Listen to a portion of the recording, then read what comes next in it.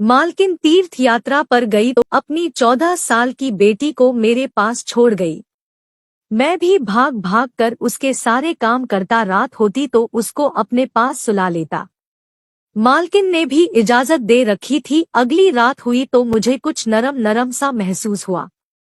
मैं घबरा कर उठा तो मेरे होश उड़ गए। मालकिन की बेटी उसे रात मालकिन तीर्थ यात्रा पर जा रही थी, इसलिए सुबह से मेरी जान आफत में आई हुई थी। बार बार मुझसे कहती, समीर मेरा पूरा घर तेरे हवाले है, जितना भरोसा मैं तुझ पर कर सकती हूँ घर के किसी और नौकर पर मुझे नहीं है।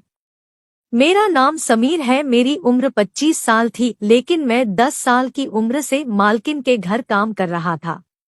15 साल से मैं मालकिन के घर नौकरी पर था, इसलिए जितना भरोसा वह मुझ पर करती थी किसी पर नहीं करती थी। इसलिए वह मुझे हर बात बता रही थी। कहने लगी, देख समीर, अपनी बेटी परी को मैं घर ही छोड़े जा रही हूँ। इसका बहुत ख्याल रखना, तुम्हें पता है ना, इसे नींद में चलने की आदत है। मैं सर हिलाने लगा कि जी मालकिन, मुझे मालूम है। हालांकि मुझे क्या मालूम, वह तो अपने कमरे में ही सोती थी। उम्र में परी 14 साल की थी, लेकिन थी जरा बावले किस्म की, बेवकूफ और लाडली मालकिन की इकलौती बेटी थी, इसलिए इसे लाड प्यार से रखा हुआ था। अभी तक गुड्डे गुड़ियों से खेलती थी। मैंने कहा कि मालकिन, मैं इसका भी ख्याल रखूंगा, लेकिन इसके बाद जो बात मालकिन ने मुझे की, मैं तो दंग सा रह गया था। वह कैसे मुझे यह बात कर सकती थी। कहने लगी, रात को तुम मेरी परी के साथ ही सोओगे, इसके कमरे में रहोगे। यह बात सुनकर तो मेरी पूरी आंखें हैरत से फैल गई थी। मेरा तो दिमाग यह सुनकर ही घूमने लगा था। मैंने कहा, मालकिन, मैं कैसे छोटी बीबी के कमरे में सो सकता हूँ? आप सोचकर तो बात करें, यह तो बिल्कुल एक गैर मुनासिब सी बात है। मगर वह कहने लगी, समीर, मुझे कुछ नहीं सुनना है।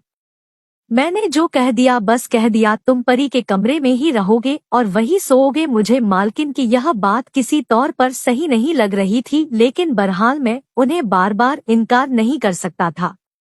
लेकिन मैं दिल में यह पक्का इरादा कर चुका था कि मैं परी के कमरे में कभी नहीं सोऊंगा। मेरी मालकिन एक विधवा औरत थी, लेकिन थी बहुत अमीर। मलिक की बहुत सारी जमीन थी, जहां से उन्हें खूब पैसा आता था।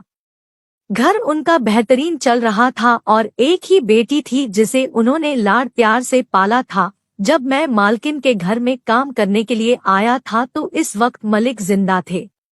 उन्होंने तो मालकिन को फूलों से हल्का रख रखा था, बहुत प्यार करते थे वह मालकिन से। मोहब्बत की शादी थी दोनों की।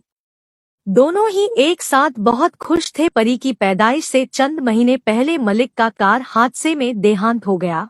मालकिन सदमे से ही दीवानों जैसी बातें करने लगी थी। कभी कहती कि वह अभी आ जाएंगे, मुझे छोड़कर यूं नहीं जा सकते। मैं इस वक्त 10 साल का था, लेकिन मालकिन की हालत देखकर फुट फुट कर रोया था, क्योंकि उनका रवैया शुरू से ही मेरे साथ बहुत अच्छा था। वह मेरा भी बड़ा ख्याल रखती थी, इसलिए मुझसे उनका दुख देखा नहीं जाता था।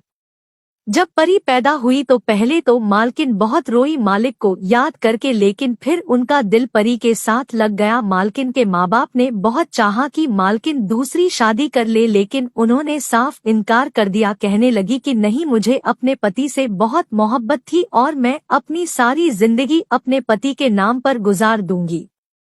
मालकिन ने फिर यही किया। पूरा घर उन्होंने संभाल रखा था, तमाम नौकर को वह देखती थी। 14 साल का वक्त गुजर गया था। मालकिन का सबसे ज्यादा वफादार और भरोसा करने वाला नौकर मैं था।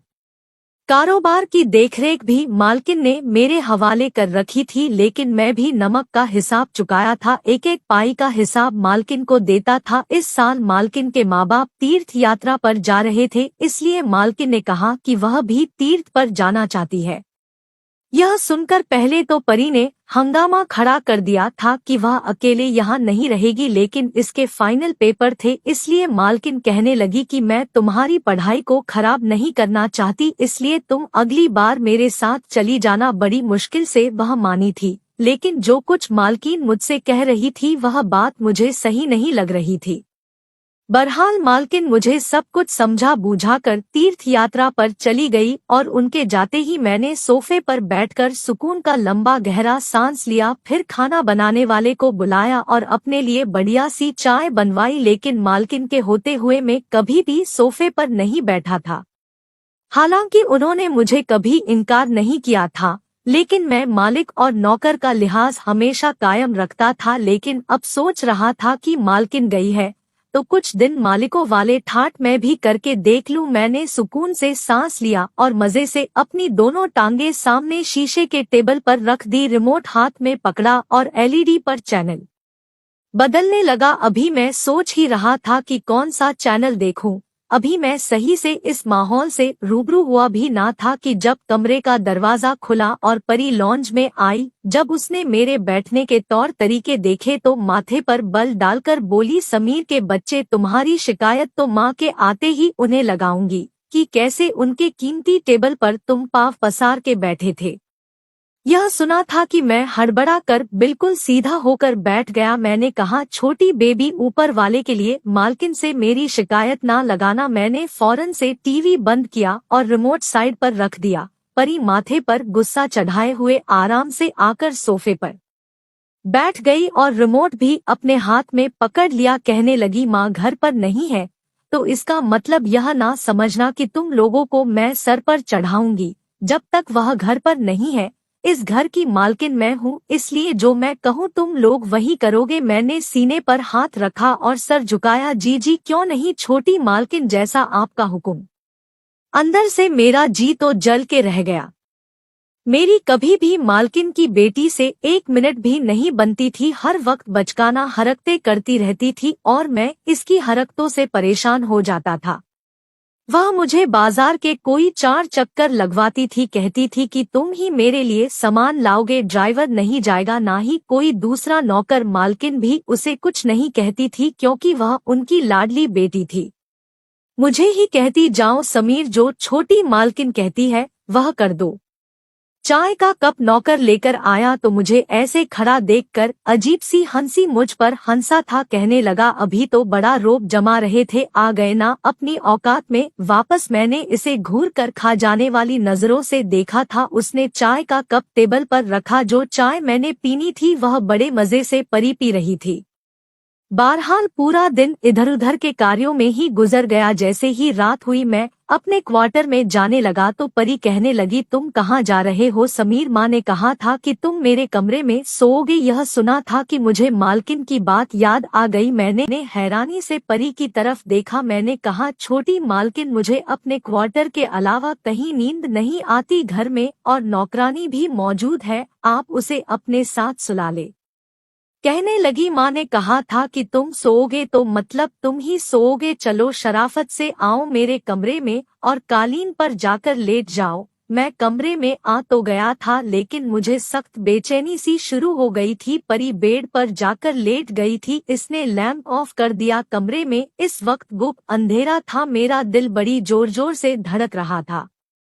भले वह 14 साल की थी लेकिन मैं तो 14 बरस का ना था। मुझे किसी की एक बात याद आने लगी जो मैंने कहीं बाहर सुनी थी कि जहाँ एक मर्द और एक औरत हो तो वहाँ तीसरा शैतान होता है। पता नहीं मालकिन ने ऐसा क्यों कहा कि मैं उनकी बेटी के कमरे में अकेला रहूं। उनको चाहिए था कि वह नौकरानी को परी के साथ सुलाती। कमरे में हल्की सी रोशनी थी। एक नज़र मेरी बेड पर लेटी परी पर पड़ी तो उसके चेहरे पर जाकर मेरी नज़र टिक गई। सोई हुई बड़ी मासूम सी लग रही थी, बिल्कुल खुलकर सो रही थी। एकदम ही मैंने अपनी नज़र बदली, अपनी आंखें जोर से बंद कर ली और सोने की कोशिश करने लगा कि इससे पहले कि मुझ पर शैतान हावी हो मैं सो जाऊं। ऊपर वाले का जिक्र करते करते न जाने कब मेरी आंख लगी थी। घड़ी के तेज अलार्म बजने पर मेरी आंख खुली। मैं हड़बड़ा कर उठ बैठा तो देखा कि परी नींद में ही आज से अपनी घड़ी का अलार्म बंद कर रही थी। मैंने सामने लगे घड़ी की तरफ देखा तो 7 बज रहे थे।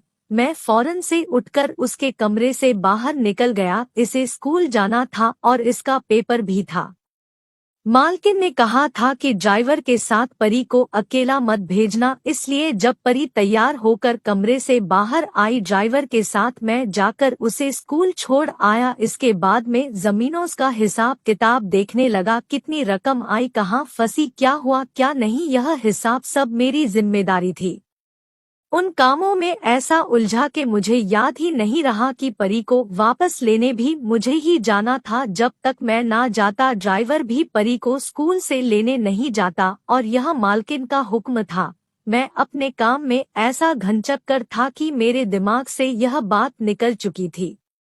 12 बजे परी की छुट्टी होनी थी और मुझे 1:30 बज चुका था कि जब मेरे फोन पर बेल बजने लगी। जब मैंने नंबर देखा तो मालकिन का था। मैंने जल्दी से फोन उठाया तो वो मुझ पर भड़क उठी, कहने लगी, मुझे परी की कॉल आई थी, वह अभी तक स्कूल में है, तुम उसे लेने क्यों नहीं गए। यह सुना था कि मेरा दिमाग घूम गया, मैं तो बिल्कुल भूल चुका था। मैंने कहा, मालकिन वह मैं जमीनों के हिसाब किताब में लगा हुआ था। मालकिन कहने लगी, जाओ जाकर इसको लेकर आओ। मैंने सारे खाते बंद किए और घर से बाहर निकला। सामने ड्राइवर को मैंने खा जाने वाली नजरों से देखा था। मैंने कहा, तुम मुझे बता नहीं सकते थे कि छोटी मालकिन की छुट्टी हो गई है। वह कहने लगा, मैं क्यों बताऊं, मालकिन तो तुम्हें सब नौकरों पर सरदार बना कर गई है, यह तुम्हारा काम है कि तुम उन बातों का खुद ख्याल रखो। ड्राइवर की बात ने तो मुझे गुस्सा दिला दिया था। मालकिन क्या गई थी, सारे नौकर सर पर चढ़ गए थे, वरना उनके सामने तो सर झुकाए रखते थे। बहरहाल में फटाफट से ड्राइवर के साथ बैठा और जब स्कूल पहुंचा तो पूरा स्कूल खाली हो चुका था, सिर्फ परी ही स्कूल में थी। यहाँ पर चौकीदार मुझे देखकर बोला, इतनी लेट गयो। वह गुस्से से लाल पीली होती हुई गाड़ी में बैठ गई। जितनी देर मैं घर नहीं पहुंचा वह मुझे बस बातें ही सुनाती रही, कहने लगी, माँ को आने दो, तुम्हारे कान ना खिंचवाओ तो फिर मुझसे कहना मेरा कसूर था, इसलिए मैं चुपचाप उसकी सारी बातें सुनता रहा। घर पहुंचे तो खाना बनाने वाले ने ही खाना तैयार नहीं किया हुआ था। नौकरानी ने भी घर की सफाई ठीक से नहीं की थी, बस अपनी बातों में बिजी थी। यह देखकर तो मेरा सर चक्कराने लगा था। मालकिन के बगैर तो पूरा घर ही उल्टा पड़ने लगा था। मैं उन्हें कुछ कहता तो सब कहते हैं कि तुम भी हमारी तरह नौकर हो, ज्यादा हमारे सर पर सवार मत हो। मैं तो मालकिन के बिना बौखला के रह गया था। मैंने नौकरानी से ठीक से सफाई करने को कहा। अपनी निगरानी में पूरे घर को साफ सुथरा करवा कर रात को मैं थक चुका था। जब मैं परी के कमरे में गया तो वह ऊंची आवाज में अपना स्कूल का याद कर रही थी। मैं लॉन्ज के सोफे पर जाकर सो गया, क्योंकि दिन भर का थका हुआ था। रात को मुझे लगा जैसे लॉन्ज में कोई और मौजूद है, किसी के कदमों की छाप मुझे सुनाई दी। मैंने आंखें खोल कर देखा तो मुझे लगा जैसे कि कोई आदमी परी के कमरे के बाहर खड़ा हो और कमरे की खिड़की से अंदर झांकने की कोशिश कर रहा हो। मैंने तेज आवाज में कहा, कौन है वहां? तो फौरन से कोई किचन की तरफ भागता हुआ चला गया। मैं एकदम उठा किचन की तरफ भागा, लेकिन इस वक्त किचन बिल्कुल खाली नजर आ रही थी। मैंने लाइट जलाई, वहां कोई नहीं था। एक दरवाजा किचन का बाहर की तरफ भी खुलता था। जब मैंने वह देखा तो उसकी कुंडी खुली हुई थी। जब मैं वहीं से बाहर निकला, बाहर भी सन्नाटा था। मैंने किचन के दरवाजे को अंदर की तरफ से कुंडी लगाई और वापस लॉन्ज में आकर लेट गया। यह सोचने लगा कि कौन आदमी था जो रात के इस वक्त अंदर आया था। ना जाने मुझे क्या सूझी, परी के कमरे में चला गया। वह बेड पर सोई हुई थी। मैं जाकर कालीन पर लेट गया। रात को जैसे ही कुत्ते के भौंकने की आवाजें आने लगी तो परी शायद नींद में डर रही थी। कहने लगी, माँ मुझे डर लग रहा है, यह कुत्ते मुझे खा जाएंगे। माँ मेरा हाथ पकड़ लो। वह बेड में अपना हाथ मार रही थी नींद में। शायद वह मालकिन को ढूंढ रही थी। मुझे समझ नहीं आ रहा था कि ऐसे मौके पर मुझे क्या करना चाहिए। बहरहाल में अपने बेड से उठा और अपना हाथ परी के हाथ में दे दिया। मेरा हाथ पकड़कर वह फिर से गहरी नींद में सो गई थी। काफी देर मैं खड़ा इंतजार करता रहा कि वह कब गहरी नींद में जाए और मैं अपना हाथ उससे छुड़ाऊं। जब वह गहरी नींद में सो गई तो मैंने धीरे से अपना हाथ उसके हाथ से अलग किया और दोबारा कालीन पर जाकर लेट गया। इसके बाद मैं परी के कमरे में ही सोने लगा था। एक नौकर ने दूध की शीर बनाई तो कहने लगा कि तुम भी पी लो, बड़ी सुकून की नींद आएगी। मैंने भी वह शीर खा ली और रात को परी के कमरे में चला गया। इस रात वाकई मुझे बड़ी गहरी नींद आई थी। मैं जो सोया तो सुबह ही मेरी आंख खुली। जब मैंने देखा तो बेड खाली था। इस वक्त सुबह के 6 बजे थे।